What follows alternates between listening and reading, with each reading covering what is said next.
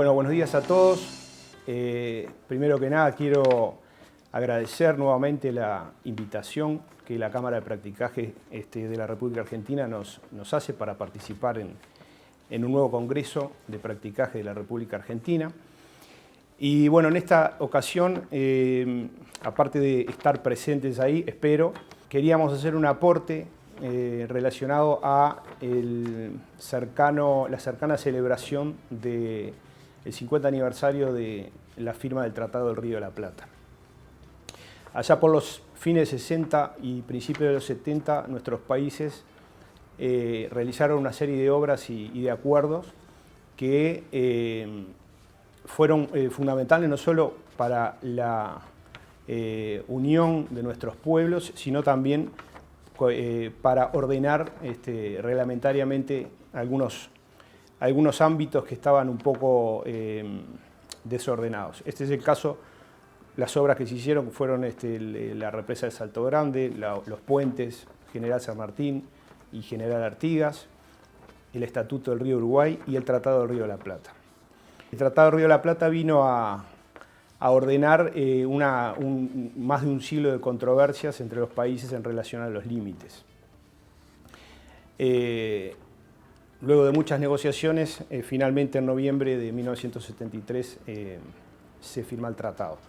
A mí personalmente como marino siempre representó una herramienta fundamental. Yo estuve 9 años en la pesca y si no hubiera sido por la zona común de pesca que está incluida en el tratado, otra hubiera sido la historia de mi carrera en ese ámbito. Y luego como práctico, para nosotros es un día a día vivir con el tratado como una certeza reglamentaria. El artículo 24 del tratado para nosotros es un evangelio. Y bueno, por más que, como dice un colega y amigo que está presente ahí, que a veces nos chicaneamos, todavía las cosas se resuelven entre hermanos como somos, con la base del tratado en el fondo.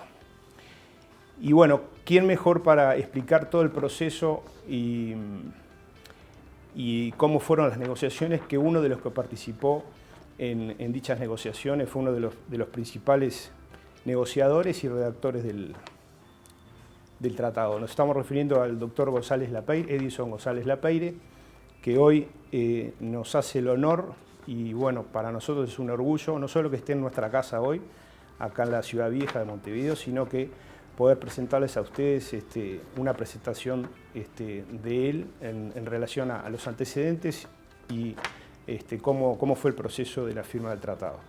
Voy a leerles brevemente, aunque no se puede hacer brevemente porque tiene un currículum muy extenso. Es doctor en Derecho y Ciencias Sociales de la Universidad de la República, profesor de Derecho Internacional y especialista en Derecho Marítimo, profesor de Derecho Diplomático y de Derecho Internacional Privado, así como de Derecho Internacional Público en la carrera de Relaciones Internacionales, profesor de Derecho Internacional Marítimo de la Academia de Derecho Internacional de La Haya, de los cursos del Comité Jurídico Interamericano en Río de Janeiro, y catedrático de Derecho Internacional Público del Instituto Tecnológico de Santo Domingo, República Dominicana. Como funcionario del Servicio Exterior se desempeñó como embajador de la República en varios países, además de haber sido representante permanente de Uruguay ante la OEA. En el Ministerio de Relaciones Exteriores actuó como asesor letrado, director del Instituto Artigas del Servicio Exterior, director de Asuntos Culturales y consultor jurídico diplomático. Participó en múltiples negociaciones, entre las que se destacan con la República Argentina, las que culminaron con la firma del Tratado del Río de la Plata y su Frente Marítimo en noviembre de 1973, así como también las del Estatuto del Río Uruguay con la República Federativa del Brasil, las que llevaron a la firma del Tratado para el Desarrollo de la Cuenca del Río Cuaraim en 1990. Es miembro honorario de la Asociación Americana de Derecho Internacional Privado, del Instituto Histórico y Geográfico del Uruguay y correspondiente de la Real Academia de Historia en España. Fue condecorado por la Armada Nacional, así como por los gobiernos de la República Argentina y República Dominicana, en el que fue embajador.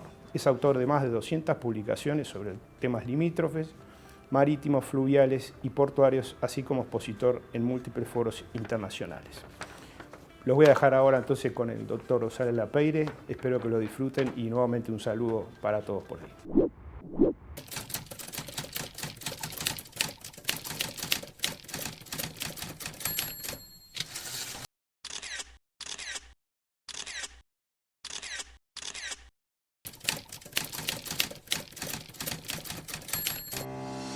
Señores miembros de la Cámara de Actividades de Practicaje y Pilotaje de la República Argentina, señores miembros de la Corporación de Prácticos del Río Uruguay, del Río de la Plata y del litoral marítimo de la República Oriental del Uruguay. Quiero agradecer en primer lugar el honor que se me ha brindado de poder hacer uso de la palabra en ocasión de conmemorarse el 50 aniversario de la firma del Tratado del Río de la Plata y su frente marítimo, en el cual tuve el privilegio de participar como uno de los negociadores uruguayos. Creo que para hacer un análisis de cómo se lleva a cabo este tratado, es conveniente efectuar una especie de revisión histórica, un análisis retrospectivo de cómo surge el Uruguay como un Estado independiente. La República Oriental del Uruguay surge como un Estado independiente a la luz del derecho internacional de una forma muy peculiar, porque surge contra la voluntad de sus próceres y pueblos. Surge sin un poder etático establecido y sin un territorio delimitado. Surge contra la voluntad de sus próceres y pueblos, porque el padre de la patria, el general José Gervasio Artigas, pretendía que este territorio formase parte de las Provincias Unidas del Río de la Plata. Y lo mismo sucede con sus lugartenientes. Cuando el general Juan Antonio Lavalleja, el 19 de abril de 1825, desembarca en la playa La Graciada para realizar aquella campaña extraordinaria contra el Imperio de Portugal y luego contra el Imperio del Brasil, emite una proclama que llevaba impresa que decía: argentinos orientales, la gran nación argentina de la que formáis parte desea que seáis libres. Y eso se ratifica claramente en el Acta de la Florida del 25 de agosto de 1825, porque la ley primera dice: declárense írritos, nulos, disueltos, sin ningún valor los pactos arrancados por el invasor extranjero. Se refería al Imperio de Portugal, transformado luego en el Imperio del Brasil. Y la ley segunda dispone la incorporación de la provincia oriental a las Provincias Unidas del Río de la Plata, porque es la espontánea y libre voluntad de los pueblos que la integran. Ese fue el espíritu de ese proceso independentista. No voy a referirme a lo que significó después la incorporación de la provincia oriental a las Provincias Unidas, que se produjo en el mes de octubre de 1825, después de la batalla de Ricón y Sarandí, que le dieron la pauta al gobierno de Buenos Aires de que el movimiento independentista de los orientales tenía fuerza. Ni voy a hablar de la campaña fantástica que desarrolló el general Rivera conquistando las Misiones y gran parte de Río Grande do Sul. Pero sí voy a decir que todo eso culmina con la Convención Preliminar de Paz de 1828. Se llega a un acuerdo entre las autoridades de Buenos Aires y las autoridades del Imperio del Brasil de Río de Janeiro, fogoneadas, coaccionadas, presionadas por el Reino Unido, por virtud de la cual se termina con la guerra, generando un Estado independiente. Y la Convención Preliminar de Paz no indica cuál es el territorio donde va a funcionar ese Estado independiente. No se establecen los límites. Surgido el país como un Estado independiente, luego se instituye el poder etático a través de la Constitución del 18 de julio de 1830, era necesario determinar los límites y eso significa un largo proceso que se inicia con los tratados de Lamas del 12 de octubre de 1851 con el Brasil, enmendados en 1909 con la intervención del barón de Río Branco, y posteriormente todo un proceso que se concreta primero en el río Uruguay con el tratado del 7 de abril de 1961, firmado por los cancilleres Diógenes Taboada y Homero Martínez Montero, nosotros los negociadores del Tratado del Río de la Plata lo llamábamos a ese tratado el Tratado de los Griegos, porque lo habían firmado Diógenes y Homero.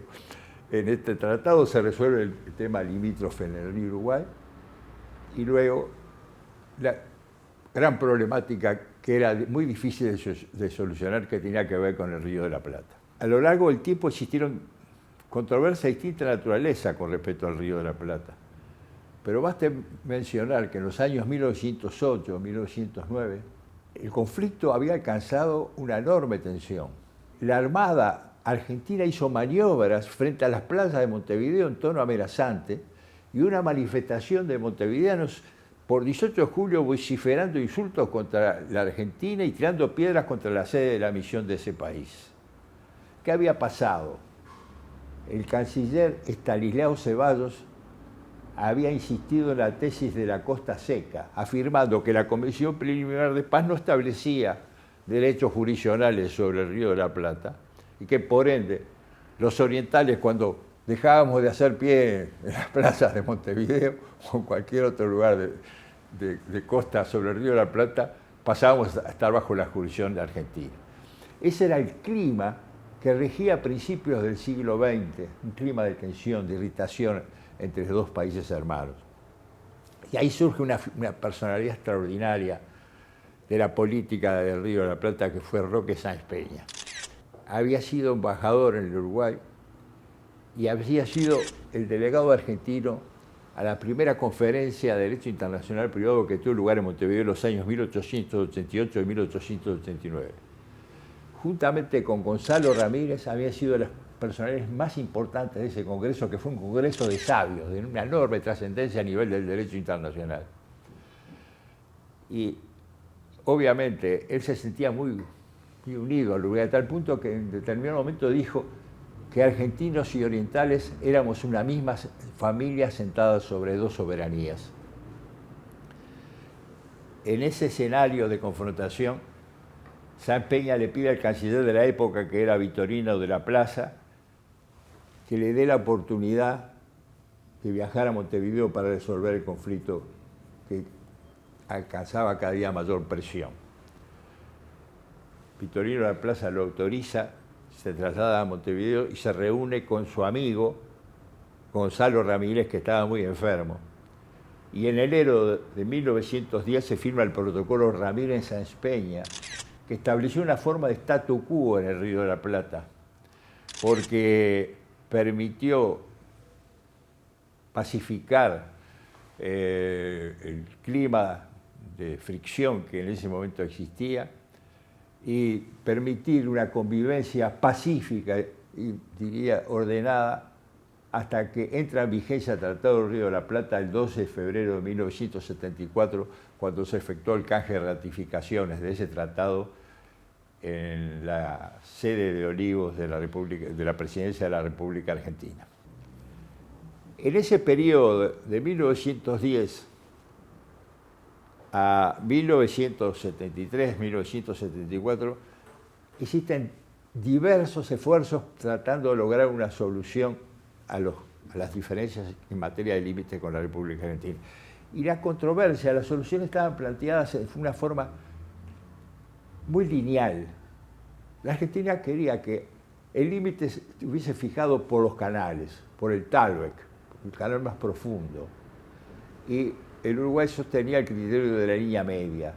Se pretendía cortar al Río de la Plata como se corta una torta. Y ese fue un error, porque el Río de la Plata tiene características muy especiales, que merecía ser encarado en todos los aspectos que conciernen a un curso fluvial de estas características. A principios de la década del 60 se dan una serie de situaciones que vale la pena recordar. Va una delegación uruguaya presidida por el profesor Pibel Devoto, un historiador prestigioso del Uruguay, que ocupó cargos en el gobierno en su momento, fue ministro de Educación y ministro de Relaciones Exteriores, presidente del CODICEN. Hay una gran expectativa por la reunión que se va a efectuar en Buenos Aires. La prensa estaba presente. y se le asigna a Pivel Devoto la responsabilidad de presidir la primera reunión.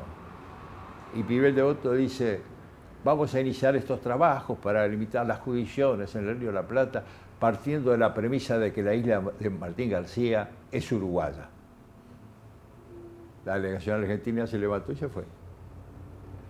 En otro momento, siendo canciller de la República Argentina, una figura nefasta de la diplomacia argentina, Nicanor Costa Méndez, que después fue canciller de Galtieri durante la Guerra de las Malvinas. Va una delegación uruguaya, se aloja en el Hotel Crillon frente al Palacio San Martín, y en determinado momento uno de los delegados, que tenía una formación en inteligencia, empieza a destapar los enchufes. ¿Qué está haciendo? No, capaz que nos están escuchando. Y efectivamente, empieza a sacar micrófonos.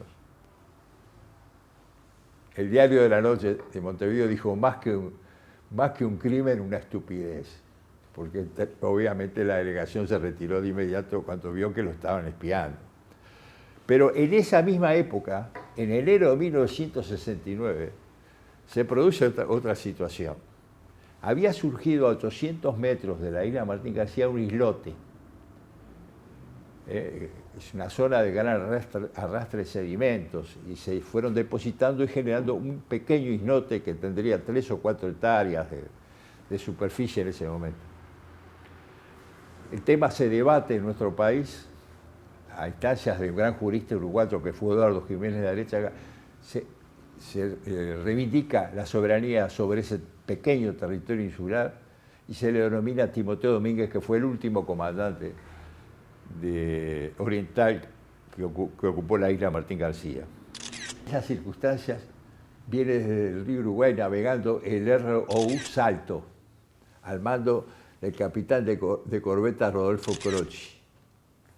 Llega con el guardacosta y ve que habían instalado una enorme carpa verde y habían ido de ametralladora. Fusileros navales argentinos estaban instalados allí. Y yo les puedo asegurar, porque yo viajé en esas circunstancias a la isla y tengo fotos tomadas desde el avión, que esa isla era un nido de mosquitos, había un solo árbol, juncales y lagunones, era lo más inhóspito que podía haber, y esa gente estaba instalada allí pensando que el Uruguay iba a tomar por la fuerza ese territorio insular. ¿Y qué hizo Croci? Observen ustedes. Frente a esa actitud tan beligerante, mandó anclar, hizo poner la toldilla arriba de la cubierta e invitó a los oficiales de los fusileros navales argentinos que estaban presentes fueran a bordo a tomar un whisky. Ese era el clima a principios de la década del 70, cuando a instancias fundamentalmente del capitán de navío Yamandú Frangini, que era delegado de la Armada en Relaciones Exteriores, se ve la posibilidad de buscar otro camino distinto al que se había utilizado hasta ese momento para resolver los problemas en el Río de la Plata. Y ese camino era constituir un grupo de especialistas que desarrollasen una actividad a título estrictamente secreto y confidencial para que si eso fracasase no significase un escollo más en las negociaciones diplomáticas y que se encarase todo lo relativo al Río de la Plata juntamente con el Frente Oceánico. Porque ¿qué había pasado? La Argentina, ya creo que en el año 1967, y en Uruguay, un decreto del presidente Pacheco Areco del 3 de diciembre de 1969, habían extendido su jurisdicción marítima hasta las 200 millas. Y eso se incorporaba también a la discusión en cuanto a la delimitación de jurisdicción. Seleccionan esos dos grupos de especialistas. La delegación uruguaya estuvo integrada en un principio por el doctor Julio César Lupinacci, que era profesor adscrito de Derecho Internacional. Yo era catedrático de Derecho Internacional Privado y de Derecho Diplomático, y los dos éramos funcionarios de Relaciones Exteriores. Y por dos marinos, el capitán de navío Román Grasso y el capitán de navío Yamandú Frangini, como les he dicho, Julio César Lupinacci y el que habla. Y empezamos a trabajar, a reunirnos con los argentinos, y la delegación argentina era de alto nivel. La integraba Julio Barberis, para mí la máxima autoridad en recursos naturales compartidos de América del siglo XX. una figura extraordinaria, un hombre joven de enorme talento. Y estaba el doctor Piqueretti, de la Marina estaban el capitán de navío Tulio Loza, el capitán Roberto Orsten, estaba el embajador Basabe, el embajador Juan Carlos Olima, que en ese momento era secretario de embajada y trabajaba en la embajada de Montevideo. Gente muy talentosa, con la cual empezamos a encontrar un enorme feeling y una solución muy inteligente a los distintos problemas, abandonando el criterio de la línea media para buscar una solución estatutaria, para regular distintos usos que el Río de la Plata presentaba y lo mismo el Frente Oceánico. Y un día me llama el canciller José Antonio Mora Otero, en mi opinión, el número 1 de los cancilleres que yo conocí de mi país. Una figura extraordinaria. Había ingresado al servicio exterior hace un siglo, en 1923. Había sido 10 años secretario general de la OEA, un hombre de una experiencia, una capacidad de negociar, de delegar, de trabajar en equipo. Y me llama a su despacho y me dice, González Lapeyre, ¿cómo van esas negociaciones? Yo, mire, canciller, la verdad que estamos sorprendidos, hemos avanzado muchísimo. Con gran esfuerzo, con gran voluntad de parte de las dos delegaciones, estamos alcanzando un verdadero estatuto para el Río de la Plata y el Frente Oceánico. Y me dice, ¿y recuperamos Martín García? Yo dije, mire, canciller, si es condición sine qua non de que recuperemos Martín García en este tratado, yo ya le sugiero bajar la cortina y olvidarnos. La Argentina no puede aceptar que Martín García pase a ser de soberanía uruguaya. Ellos son conscientes de que no tiene valor estratégico ni económico, pero allí han nacido y muerto miles de argentinos. Se vieron presos Perón, Alvear, Irigoyen, Frondizi. Digo, no pueden. El Frente Interno no lo aceptaría. Está muy vinculada a la historia argentina. Sarmiento escribió una piedra a Argirópolis porque quería que allí estuviese la capital de las Provincias Unidas del Río de la Plata. Eso no puede entregar esa isla. Por otra parte, desde el punto de vista del derecho internacional, jugó la prescripción. La prescripción juega en el campo del derecho internacional como juega en el campo interno. Nosotros entregamos la isla en enero del año de 1852 por disposición del presidente provisorio Bernardo Prudencio Berro. Y no hemos hecho nada para evitar que jugase la prescripción a favor de la República Argentina. Y se quedó pensando, ¿cómo salimos de esta? Digo, mire, yo tengo una idea. ¿Qué le parece? ¿Cómo ve usted esto que se me ha ocurrido a mí? En esta zona de gran movimiento de arrastre de aluvión, limitar la isla a los perfiles que tiene actualmente, porque ese islote que surgió a 800 metros está creciendo y se va a unir a Martín García. Y nosotros podemos establecer que la isla de Martín García queda enclavada en aguas uruguayas y limitada a los perfiles que tiene actualmente. Es decir, que todo lo que acceda a la isla, sin perjuicio de habilitar la posibilidad de acceder por la vía fluvial a la isla, es decir, tener acceso de parte de la Argentina, va a ser de jurisdicción uruguaya, de soberanía absoluta uruguaya. Y le establecemos un objeto especial a esa jurisdicción argentina, queda como reserva de flora y fauna. Instalamos allí la sede de la Comisión Administradora del Río de la Plata en un régimen de inviolabilidad diplomática y hacemos un parque a los héroes comunes, con un monumento a los héroes comunes del Río de la Plata, que sea un canto al espíritu fraterno que nos tiene que unir con los argentinos. Déjeme pensar, voy a hablar con el presidente. Bueno, a la semana me llama, dele para adelante. Pacheco Areco está de acuerdo. Hablo con mi compañero de delegación, lo pulimos un poco la idea, lo presentamos y la delegación argentina lo aceptó. Y se incorporó al tratado y se superó el obstáculo más grande que teníamos. Y no voy a hablar, porque el tiempo no lo permite, de todos los aspectos que tiene el Tratado del Río de la Plata. Pero piensen simplemente que se trata de un tratado que tiene 92 artículos. que fue el producto de 42 largas sesiones, donde discutimos con enorme entereza, voluntad, coraje, buena fe, para procurar la mejor solución que fuese conveniente para las dos naciones. Lo cierto es que el tratado, en definitiva, estaba pronto en enero del año 1973. En esas circunstancias, fuimos con el almirante Zorrilla, que era el inspector general de Marina en aquel entonces, a exponerle al inspector general del Ejército, el general César Martínez, las características del tratado, cuando se produce un incidente aeronaval de enorme relevancia en el Río de la Plata. En lo que ahora se denomina Zona Alfa, se estaba realizando una operación de alijo, un buque noruego, el Kaunstrand, y desde el puerto de Montevideo va un destructor a interponerse en esa operación de alijo, que era indispensable porque el canal de Punta Indio estaba a 27 pies de profundidad. Se requería elevar el nivel de flotación de ese buque, una dotación de presa a bordo. La Argentina, que envía 2 buques artillados de la prefectura, 2 cazas que sobrevuelan la zona. Una situación que no fue verdaderamente dramática. Pienso donde influyó mucho el segundo de a bordo del destructor, que era el capitán de navío Enrique Sabanó, que era un hombre prudente. El capitán era Ambrosini, que había sido alumno mío en la escuela naval y era un hombre temperamental. Lo cierto es que, frente a ese incidente, nota de protesta por aquel esfuerzo que se había proyectado durante 3 años para alcanzar ese tratado, se iba por el drenaje.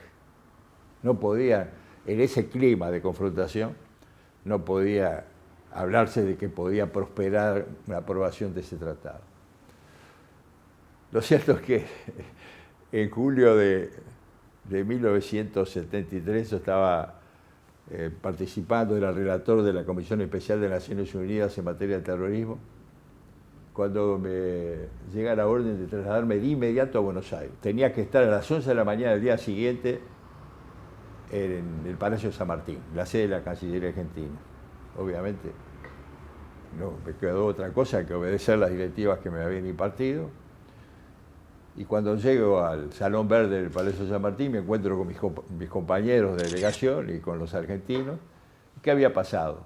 Perón, desde Madrid, había dicho que había que resolver los problemas limítrofes con los uruguayos.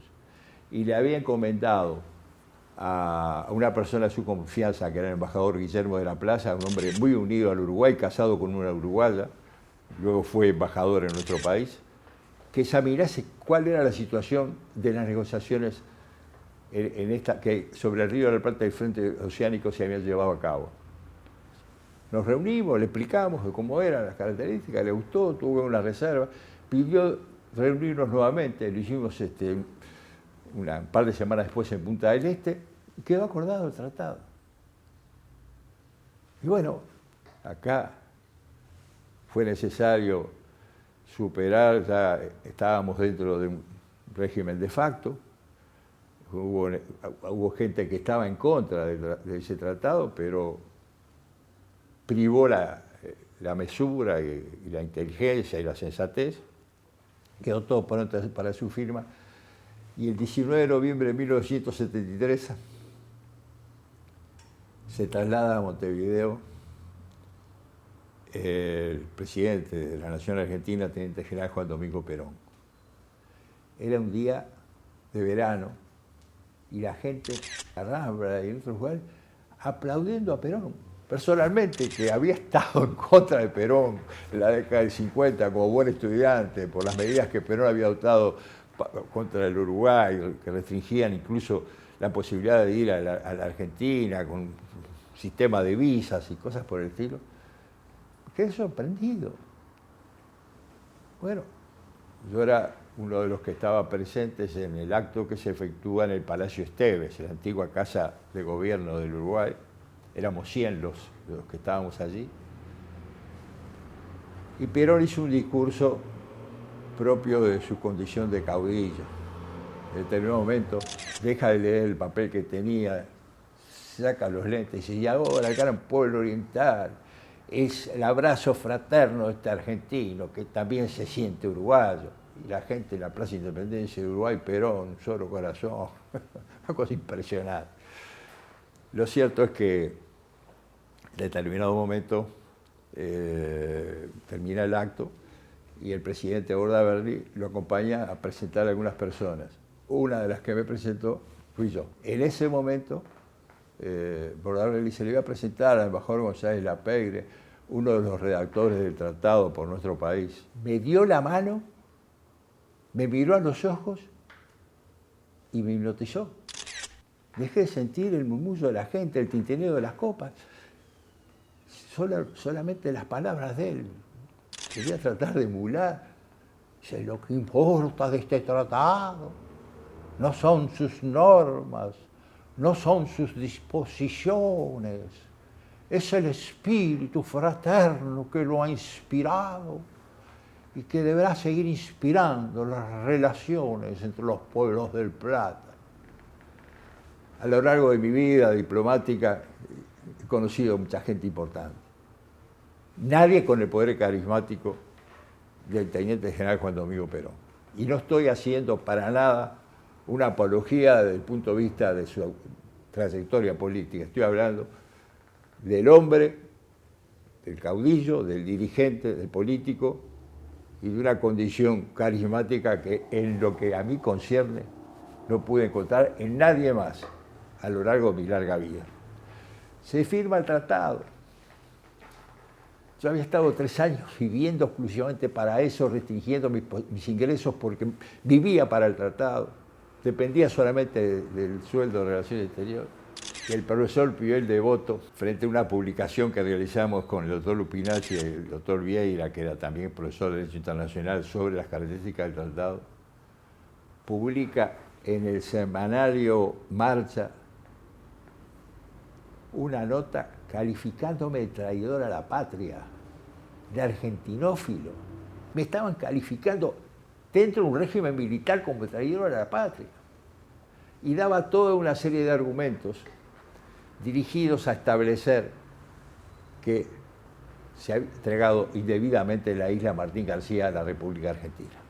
Obviamente, yo le contesté en el diario El Día, diciendo que siempre había tenido por él un enorme respeto por su trayectoria de eximio historiador uruguayo y distinguida personalidad política de una integridad intachable, que no alcanzaba a comprender cómo un tema de interés nacional bajase al terreno del insulto y del agravio, cuando lo que correspondía era exponer argumentos sólidos, que la historia era una disciplina auxiliar del derecho internacional, que en esta materia había jugado la prescripción internacional y que eso estaba avalado por decisiones de la Corte Internacional de Justicia, como en el caso de los islotes Menkiersi y Preús, y que también el caso del fallo del árbitro Max Huber con respecto a la isla de Palma, donde se reconocía la prescripción internacional, que no se había hecho nada para interrumpir la prescripción, incluso cuando algunos que derramaron ríos de tinta, como el profesor Pibel Devoto, ocuparon cargos de gobierno que podían haber interrumpido la prescripción sometiendo al diferendo arbitraje o haciendo un planteo ante la Liga, ante la Sociedad de las Naciones o ante las Naciones Unidas, no lo hicieron. Bueno, lo cierto es que yo le pegué duro con argumentos muy fuertes, ¿no?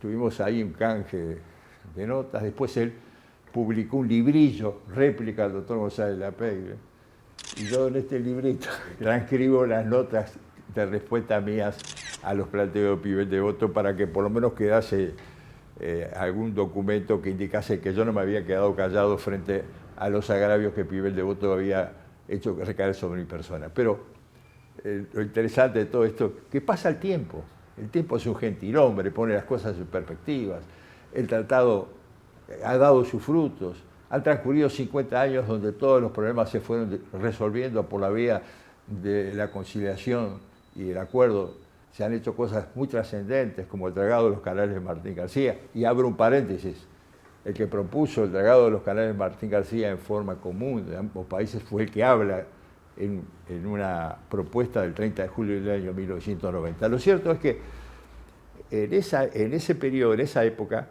se efectúa en la isla Martín García un canje de notas reversales. Y yo presidía la delegación uruguaya.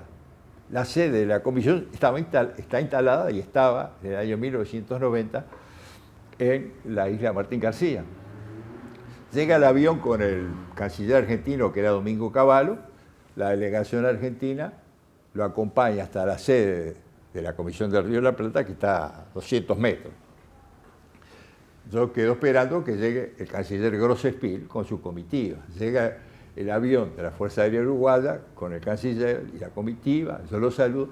Y como el piloto, el comandante del avión, era amigo mío, les digo a mis compañeros de delegación, acompañen al canciller Grossespiel, que yo voy enseguida después que saludo al piloto del avión. Estoy esperando que baje ese amigo, y ¿quién aparece en la portezuela del avión? El profesor Pibel Devoto. Se había quedado dormido, la delegación se fue, y cuando él llega a la portezuela, no podía bajar. La escalera era muy empinada, y él era un viejo calandraca como soy yo ahora. Y estoy hablando que eso pasó hace 33 años, 1990. Y él me miraba, yo lo miraba a él. Y entonces lo agarré en los brazos, lo bajé como un bebé y nos fuimos caminando los dos y se produjo así la reconciliación entre aquel Pibel Devoto que me calificó de traidor a la patria y de un servidor. Muchísimas gracias.